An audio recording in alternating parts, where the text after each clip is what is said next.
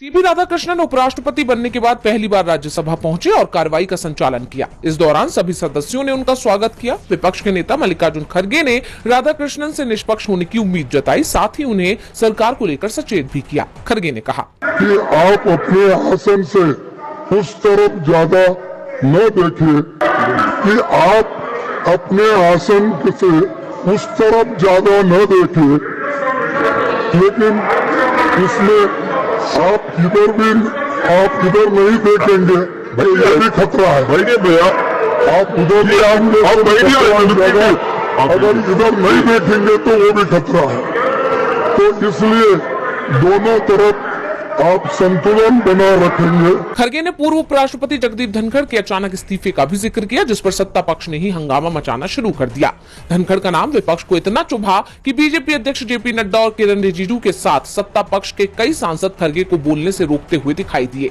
इसके अलावा संसद के दोनों सदनों में एसआईआर का मामला भी उठा। राज्यसभा में डीएमके की त्रिची शिवा ने याद दिलाया कि सरकार ने सर्वदलीय बैठक में रात 9 बजे तक टाइमलाइन देने का वादा किया था, जिस पर संसदीय कार्य मंत्री किरण रिजिजू ने कहा कि आपकी मांग रिजेक्ट नहीं हुई है, विचाराधीन है, जिस पर मल्लिकार्जुन खड़गे नाराज हो गए। उन्होंने पलटवार करते हुए कहा कि टाइमलाइन नहीं दे रहे, 19 तारीख तक नहीं देंगे, लोगों की जान जा रही है, ये लोकतंत्र को खत्म करना चाहते हैं। दूसरी तरफ कांग्रेस की तरफ से लोकसभा में इसे लेकर स्थगन प्रस्ताव भी दिया गया, लेकिन सरकार इस पर चर्चा को तैयार नहीं दिखाई दे रही है। लेकिन इस पर विपक्ष भी अड़ा हुआ है। इसे लेकर लोकसभा में जमकर शोर शराबा हुआ और कार्रवाई पहले 12 बजे तक, फिर 2 बजे तक और फिर दिन भर के लिए स्थगित हो गई। लेकिन इस शोर शराबे के बीच लोकसभा स्पीकर ओम बिरला ने the Manipur goods and services tax second amendment bill 2025 को पेश करने की इजाजत सरकार को दे दी। ये बिल लोकसभा में पेश हुआ और बिना किसी चर्चा के पास हो गया। सरकार ने इसके सहारे ये बता दिया कि उसे चर्चा की नहीं, बिल की चिंता है। प्रधानमंत्री नरेंद्र मोदी संसद पहुंचे और संसद के बाहर उन्होंने जो कुछ कहा अब वो उन पर ही भारी पड़ गया है।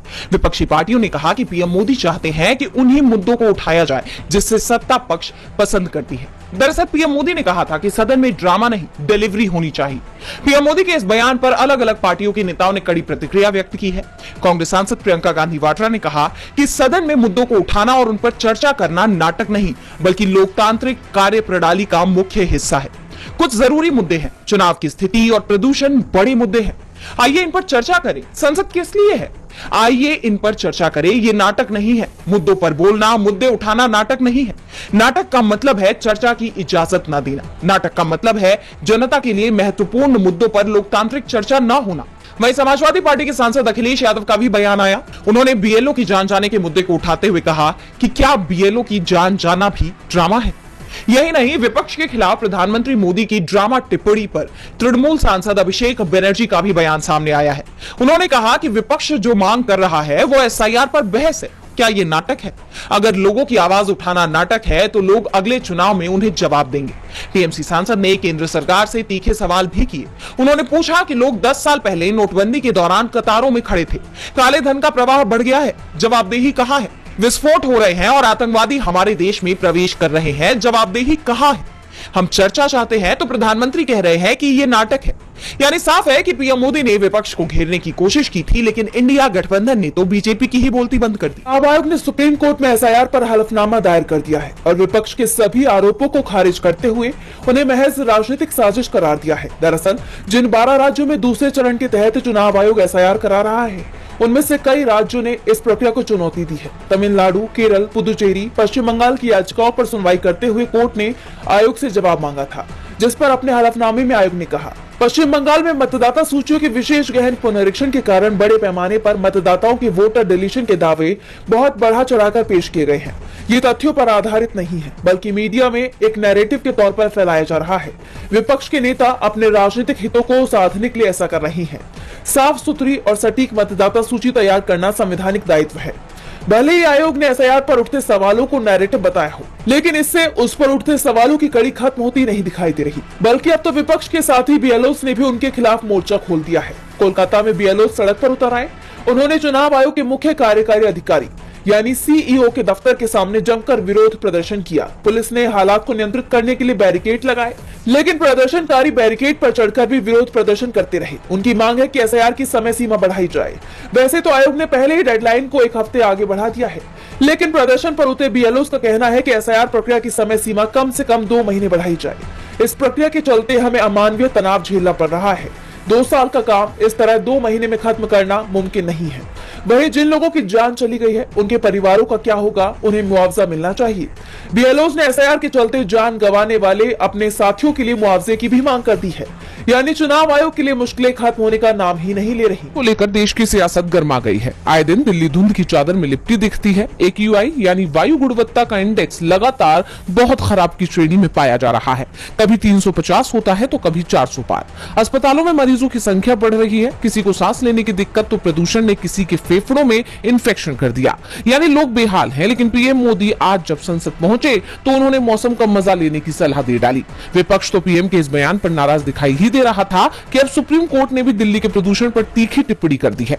सीजेआई सूर्यकांत की बेंच ने कहा कि हम हाथ पर हाथ धरे नहीं बैठ सकते, हम कोई अनुमान या अंदाजे पर नहीं चल सकते। समाधान विशेषज्ञों से ही आना चाहिए। वैज्ञानिक विश्लेषण बताइए कौन सबसे ज्यादा योगदान दे रहा है। पराली को राजनीतिक मुद्दा ना बनाएं। कोविड के दौरान पराली थी फिर भी आसमान साफ था, तब आसमान नीला दिखाई दे रहा था, क्यों? सीजीआई ने सरकार की तरफ से प्रदूषण कंट्रोल करने के लिए अल्पकालिक योजनाओं पर जोर दिया। AQI सुधार के लिए नियमित सुनवाई की बात कही। सीजीआई की इस टिप्पणी ने पीएम मोदी के बयान पर उठते सवालों को और गहरा कर दिया है। आखिरकार वही हुआ जिसकी आशंका सबसे ज्यादा जताई जा रही थी। नीतीश कुमार बीजेपी से नाराज हो गए हैं। संभवतः उन्होंने गठबंधन सहयोगी से दूरी भी बना ली है। इसकी झलक दिखाई दी विधानसभा के स्पीकर पद के नामांकन के दौरान। बिहार विधानसभा के नए स्पीकर के लिए बीजेपी के वरिष्ठ विधायक और पूर्व मंत्री डॉक्टर प्रेम कुमार ने विधानसभा सचिवालय में अपना नामांकन दाखिल कर दिया। 18वीं बिहार विधानसभा के स्पीकर के रूप में उनका चयन लगभग तय माना जा रहा है। नामांकन के दौरान उनके साथ दोनों डिप्टी सीएम सम्राट चौधरी और विजय सिन्हा तो दिखाई दिए, लेकिन मुख्यमंत्री नीतीश कुमार गायब हो गए। ऐसे में बीजेपी नेता ने तो डॉक्टर प्रेम कुमार को एनडीए का स्पीकर पद के लिए उम्मीदवार घोषित कर दिया, लेकिन उन्हें नीतीश कुमार का समर्थन मिला है या नहीं, इस पर सवाल उठ रही है। दरअसल जेडीयू और बीजेपी ने चुनाव भले ही गठबंधन में लड़ा हो, लेकिन इस दौरान दोनों ही पार्टियां कई मुद्दों पर आमने सामने दिखाई दी। पहले सीएम पद पर विवाद था, फिर गृह मंत्रालय को लेकर दोनों दलों के बीच सहमति बनी कि नीतीश सीएम बनेंगे और सम्राट चौधरी को गृह मंत्रालय दिया गया। लेकिन स्पीकर पद पर दोनों दलों में फिर टकराव देखा गया। नीतीश कुमार अपनी पार्टी के लिए स्पीकर पद की डिमांड पर अड़े हुए थे, लेकिन ऐसा होता नहीं दिखाई दे रहा। उनकी सरकार में ज्यादातर महत्वपूर्ण विभाग और पद बीजेपी ने अपने ही पास रख लिए हैं। कहा यह भी जा रहा है कि बीजेपी ने नीतीश को धोखा दे दिया है। इस पर नीतीश की नाराजगी भी दिखाई दे रही है। बीजेपी के स्पीकर के नामांकन से उन्होंने दूरी बना ली। अब सवाल ये भी उठ रहे हैं कि क्या वो कोई बड़ा फैसला भी कर सकते हैं, क्योंकि नीतीश के पास अब भी महागठबंधन का ऑफर है। ऐसे में बिहार की सियासत में अब क्या मोड़ आता है, ये देखना होगा। राष्ट्र की महायुति सरकार में बवाल मचा हुआ है। दोनों के बीच की दरार अब और गहरी होती हुई नजर आ रही है और अब महाराष्ट्र में स्थानीय निकाय चुनाव से पहले शिंदे गुट की शिवसेना को बड़ा चट्टा लगा है, जिसके पीछे बीजेपी का हाथ माना जा रहा है। दरअसल महाराष्ट्र के सांगोला में एकनाथ शिंदे गुट के प्रमुख नेता और पूर्व विधायक शाहजी बापू पाटिल के कार्यालय पर लोकल क्राइम ब्रांच और चुनाव आयोग का अचानक छापा पड़ गया। और इतना ही नहीं, सांगोला में विधायक बाबा साहेब देशमुख के प्रचार कार्यालय का चुनाव अधिकारियों ने निरीक्षण भी किया। शाहजी बापू पाटिल ने इस घटना के पीछे बीजेपी का हाथ बताया है। उन्होंने आरोप लगाया कि बीजेपी ने यह कार्रवाई इसलिए की है क्योंकि सांगोला नगर परिषद चुनाव में उसे अपनी हार दिखाई दे रही है और उसके पैरों तले रेत खिसक गई है। शिंदे के नेता के खिलाफ यह कार्रवाई उस वक्त हुई है जब हाल ही में शिवसेना के विधायक नीलेश राणे पर यह आरोप लगाए गए कि उन्होंने जबरन बीजेपी समर्थित नेता के घर में घुसकर यह दावा किया कि उन्हें स्थानीय निकाय चुनाव में बांटने के लिए नकदी से भरा हुआ बैग मिला। और इस मामले में नीलेश राणे के खिलाफ एफआईआर भी दर्ज हुई, जिस पर एकनाथ शिंदे ने बीजेपी को चेताया था कि अगर उनके नेताओं को तंग किया गया तो उनके गुस्से का सामना करना पड़ेगा। और अब शिंदे के नेता के खिलाफ हुई इस कार्रवाई के बाद बीजेपी पर बदले की कार्रवाई के आरोप भी लगने लगे हैं। हालांकि मुख्यमंत्री देवेंद्र फडणवीस ने इन आरोपों पर सफाई देते हुए कहा कि इसमें सत्ता पक्ष और विपक्ष जैसी कोई बात नहीं है, ये बस चुनाव से पहले की कार्रवाई है जो उनके साथ भी हो रही है। लेकिन महाराष्ट्र में पिछले कई दिनों से लगातार जो घटनाक्रम सामने आ रहे हैं उससे ये तो साफ हो गया कि बीजेपी और शिंदे गुट की शिवसेना के बीच दरार अब इतनी बढ़ चुकी है जिसे समेट पाना बीजेपी के लिए बहुत मुश्किल होने वाला है। मध्य प्रदेश की मोहन सरकार मुश्किलों में घिरती दिखाई दे रही है। उनके अपने ही नेता ने सरकार की पोल खोलकर रख दी है। उमा भारती टीकमगढ़ जिले में मां के मायके से अपने मायके तक की यात्रा कर रही हैं। यात्रा के दौरान उन्होंने खुद की ही बीजेपी सरकार को घेर लिया। मोहन सरकार पर उन्होंने भ्रष्टाचार के आरोप लगाए। पूर्व सीएम ने राज्य में भ्रष्टाचार और असमानता की बात कहकर कई अटकलों को हवा दे दी। उन्होंने कहा कि भारी भ्रष्टाचार एवं सुविधाओं की असमानता से लोग अंदर ही अंदर धधक रहे हैं। मैं इस विषय पर भोपाल पहुंचकर मुख्यमंत्री मोहन यादव से बात करूंगी। इसके साथ ही उन्होंने सीएम मोहन यादव के सामने आने वाली कई चुनौतियों के बारे में बात की।